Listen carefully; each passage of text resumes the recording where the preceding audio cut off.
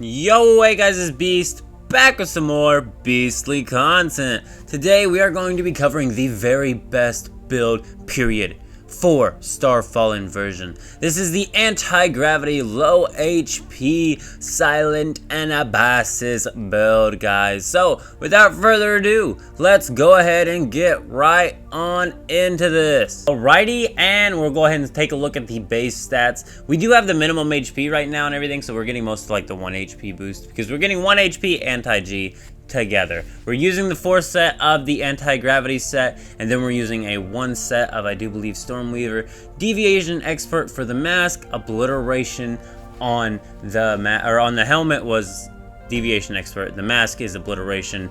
All of these have double elemental of some sort, whether it's Frost Vortex damage or Frost damage, elemental damage, status damage, some sort of perk going on here. Most of my mods, anything that can be lunar is lunar, unless it was just a really good talents mod that I just happen to have. This is kind of my current mod set. I really love it. I'm always going to be using 1 HP stuff, guys. Honestly, this game is a blast with 1 HP, and I'm sure that even future content will include some sort of form of being able to do the 1 HP, because this is an absolute blast right here, guys. Let me go ahead and tell you this. Anti-gravity is a blast to play with, guys.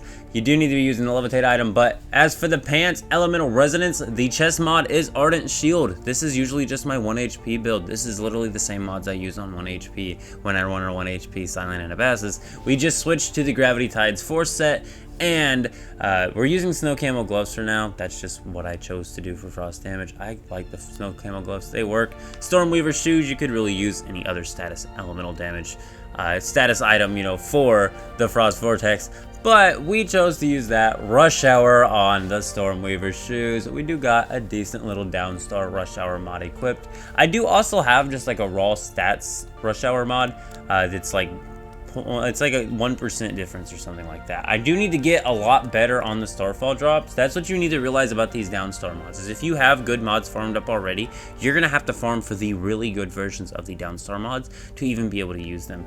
And the other question is, once inversion ends, due to the fact that the levitating item requires you to use gravity crystals, will it even be possible to do anti-gravity builds, unless maybe we're supposed to be using the clouds or something and stand on clouds and shoot at bad guys, which is not near as much fun as the levitating the instant you aim down the sights. Let me go ahead and tell you that right now.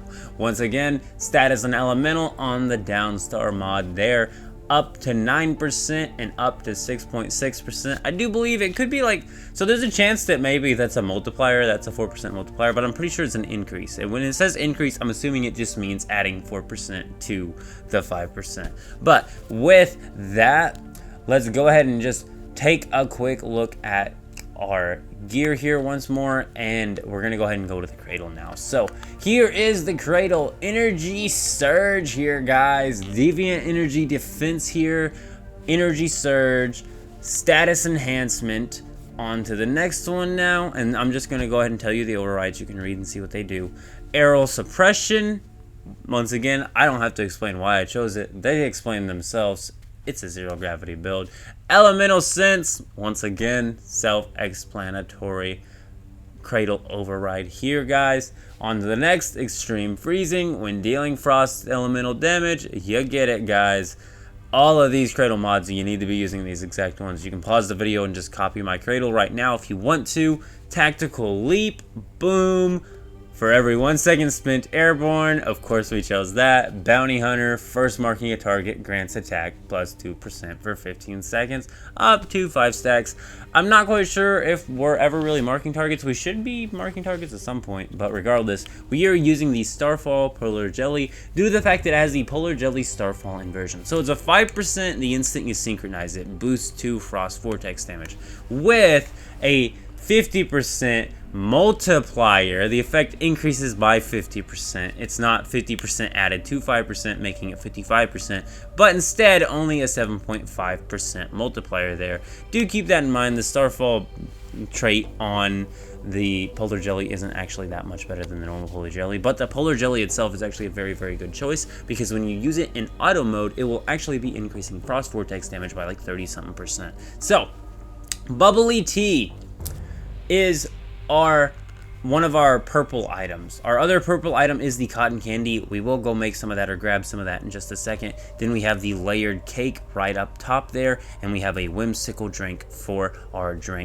gold and our purple rarities. And then for our foods, we can actually get blue and green rarity foods for stamina boost foods. These are any meat-based dish that's blue or green that is made with pristine meats of the pristine deer or the pristine rabbit or the fine turtle meat. All three of these offer stamina boosting perks, so all three of these are the ones that we are going to want to be using. As for the whims, it is mainly just Utter Delight, Spring Legs, Featherweight, and Arrow Leap. Those are the 4 whims I've knocked this down to. I kind of tried to slim down on the whims. I did have like a +6 on the whims, and it was getting a little old activating 6 of them. 4 works, and the other 2 were literally doing nothing, except for maybe the invisibility one. But trust me, guys, with this build, you don't got to worry about that. We're going to go ahead and make another whimsical drink. I need to go through and make some more whimsical drinks. I had all the other consumables just stuck in a fridge, I do believe. But the whimsical drinks I didn't. I definitely have a bunch of we use that steak, we use the blue steak meat that's like in a can, and then we use the green steak meat that's like just a green steak looking thing. Those are the 2 meats we use. But yeah, so here's our percentages now that we've used the items, and then when we just jump in the air, the instant we jump in the air, and it's based upon how high you are, so it does go up higher the higher you are. 129, and I think that was like 130 or something like that. Check it out here, just a little bit higher now. Let's see here, 137% and 129%. Very, very good elemental build here, guys. Let me tell you, 154, 129%. So imagine when the enemy's way, way below you. There is a max of like a 10 multiplier or something like that, but regardless, there's a multiplier based upon the armor. There's a multiplier based upon some of the mods that we have. We only have a talent mod currently. If I get a very good pants mod that's downstar, that's just like 12%, 12% or something, this build is going to get even more nuts, and I already have it extremely cranked. As you can see here, we're just kind of chilling over here hitting the dummy, and I seen 50Ks, I seen 40K ice crystals, easy peasy, guys. This build is GG. It absolutely obliterates Starfall Inversion, and the amount of stamina that you're able to have with the held items that I showed you using the, the levitating item. It's in my inventory right now in my 9th slot. I forget the name of it. You need to use that item. They give you one. Just read the name in game, see what it's named. That item is what's actually allowing me to levitate. You do have to hit like 9 or whatever button it is in your hotbar, or open your inventory and press F to activate it, but it will say gravity neutralizer activated, and then every time you aim down sights or hold spacebar, your character will levitate. Holding spacebar can be used for non-ADS builds where you're just going out and shooting the bad guys. But without further ado, let's go ahead and start a bit of a Starfall Inversion run. So we're going to go to White Cliff, and we're going to collect the Stardust Advent chest here. This is mainly a build showcase, but once again, we're going to go ahead and get to see some of the movement action here on this build. As you can see, the arrow leap, we can just keep arrow leaping and arrow leaping and arrow leaping. I could have arrow leaped all the way over to here. Another thing to mention is I could have just used the melee sword spin. And trust me, guys, I can melee sword probably across the map if it didn't decide to freeze me in midair sometimes, honestly, guys, because it is absolutely absurd how far I am able to get with the melee boost, because I am opening so many of these crates. I run through all of the Blackfell locations, literally every single point of interest, and then I do a Gaia's run and hit those 7 chests every single inversion that I actually, start at the right time. Of course, not the ones you start like 30 minutes in or something like that, or 20 minutes in or something. But as you can see here, Luminaire dead super duper quick. This is the level 57 area. This is also the 2nd area that has an inversion boss. Technically, there's a 3rd in Blackfell, but its inversion boss is no more hard than this. As a matter of fact, this is the hardest Starfall inversion boss I could find in the game on the Anabasis scenario. I could not find any harder versions of Starfall Inversion than this version right here, exactly as you can see. Just absolutely amazing. You just absolutely obliterate through anything here, guys. This thing was a cakewalk, and as you can see here, just where are the enemies? I'm not shooting at the enemies. I'm putting one bullet on the enemy to spawn a crystal and then aiming for the floating solar systems here, guys. This build is great. So let's go ahead and grab another one of these unstable abrasives or whatever they are, you know. Let's go ahead and grab another one of these, and I think we're just gonna go ahead and have to get on into the next area. Alrighty, and we're actually going to be heading to Sunshine Farm. This was the second highest level area. I couldn't really find any inversion bosses or anything like that here, which really does suck. They don't really seem to have many inversion bosses. I'm hoping on the Phase 2 update coming on June 5th that we actually get more of these inversion bosses and maybe harder inversion bosses in the Starfall. I'm not really finding any hard content. Another thing here is how fast this... Oh, wait. Hold up. Okay, we're gonna have to try this again, but this is the fastest travel method when the game is actually, you know, deciding to work. But otherwise, you just kind of do this. This is honestly, seems like an OP power move. Honestly, if you were to get this to work on a boss maybe, and it just kept doing the melee, this does do damage as melee damage. So when you hit an enemy, it does like a good amount of damage, honestly. So if you could get it to do that spin, you know, where it freezes up right in front of a boss, might be able to just solo a boss with a sword. Not completely sure there, but as you can see here, we finally got it to actually work. And as you can see, like I said, the distances, guys, the distances. I start at the TP tower, I hop in the air, I do the melee lunge, and I am just directly at this chest right here instantly. I've literally gotten the perfect run to where I've launched straight to the chest from the TP tower with this build here, guys. The amount of stamina that you can have using these 4 whims and, you know, all these other food buffs is absolutely amazing. And it only requires a little bit of prep, and you have 30 minutes every single inversion in between inversions to be doing the item build preps. What you really should do is just prep all these items in bulk. Like I said, layered cake, whimsical drink, cotton candy, the starry bubbly tea. And then aside from that, we'll go ahead and go on into the 2 food items that you're going to want for the green and the blue. A steak dinner, or whatever it's called, it's the canned steak looking stuff. And use yourselves either pristine deer, rabbit, or turtle meat. Same with the green type of meat, pristine deer, rabbit, or turtle.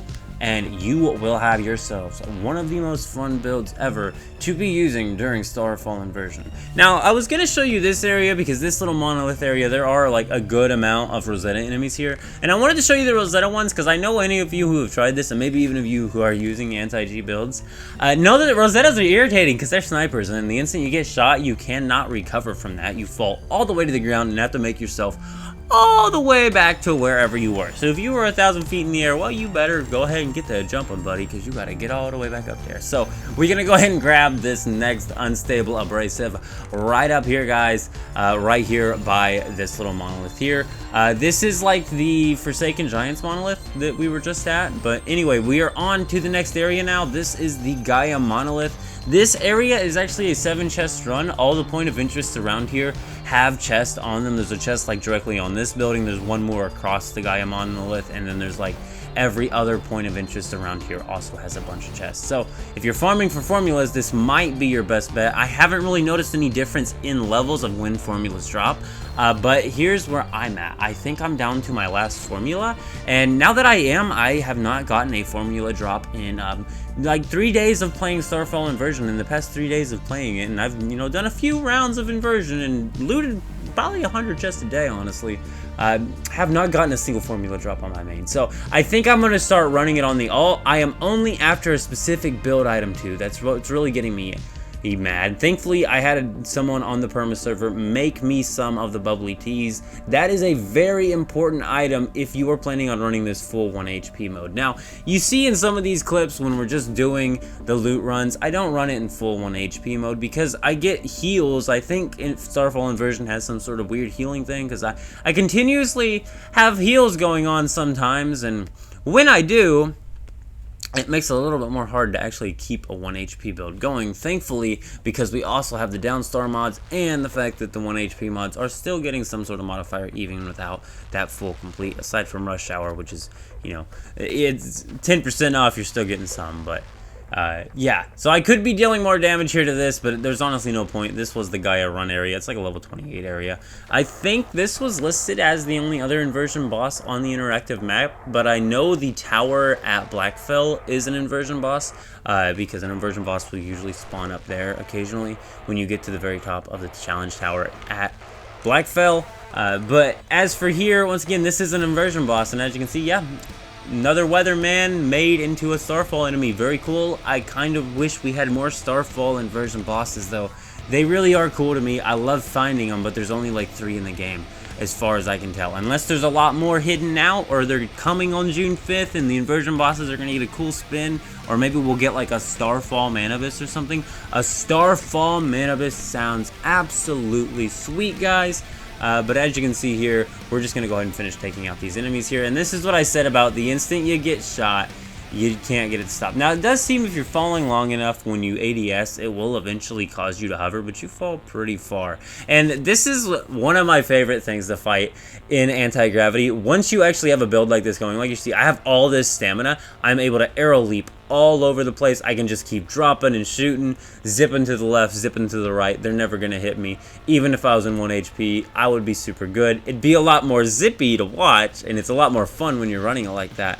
But this build is an absolute blast, and we are actually going to be taking this against a monolith, because even though Starfall Inversion does not affect monoliths when it comes to the gravity and stuff, our 9-slot item is still usable in monoliths. It will actually hover you just above the ground so that normal ad enemies and at most monoliths aren't able to damage you while you nuke the boss.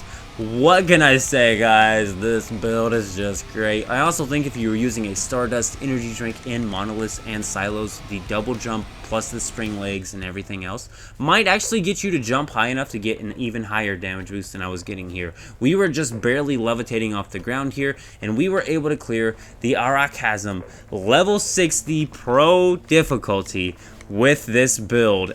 Absolutely no sweat. Just watch it absolutely eat here, guys. Just annihilation. I know that I'm hyping this build up, guys. I know it. But it's because this is literally one of my favorite builds in a long time. Now, I will say I have an ACS 12 corrosion build for anti-gravity that I was trying to use without the levitate item. I do believe with that build, with the levitate item, you are going to get arrow leaps with shotgun right to the enemy's face one-shots with this type of build, because this up in the air and using the downstar mods, right, because you're supposed to levitate, being levitated way above the enemy and just froze there. So much of a damage multiplier when you're way up in the air, guys. It is nuts. But like I said, we are nuking the Aracasm Pro Mode boss here.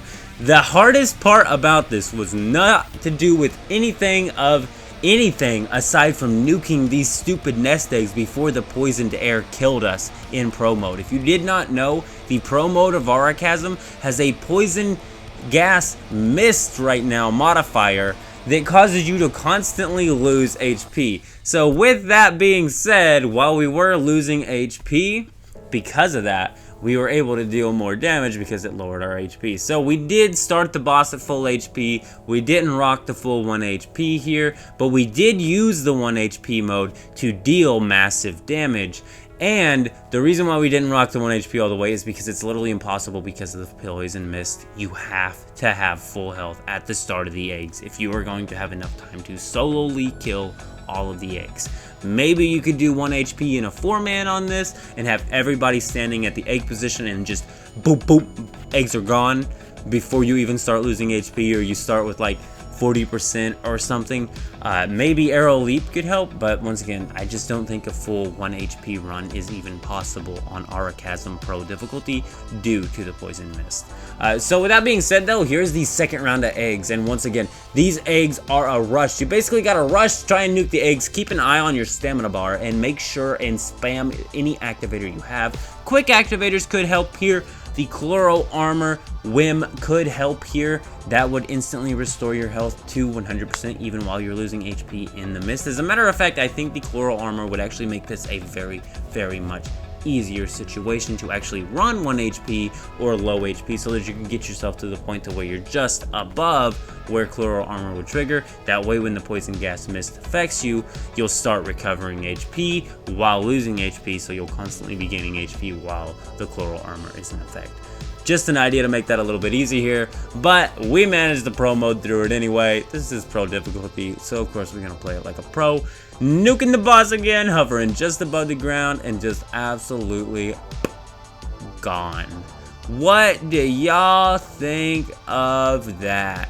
I do believe this is about the end of the video though, guys. This has been my 1 HP anti-gravity silent Anabasis build, and it is the best build I have ever seen for Starfall Inversion in Once Human. But I do believe I'm going to go ahead and get out of here, guys, so go ahead and leave a like on the video if you did find it enjoyable or helpful in any way. Are you going to try this build for yourself? Do note that my mods are from a day one Steam player mods from a guy who has like 2,000 hours, so my mods are really good. But I am out of here. Go ahead and leave a like on the video if you did enjoy it, and keep it beast mode.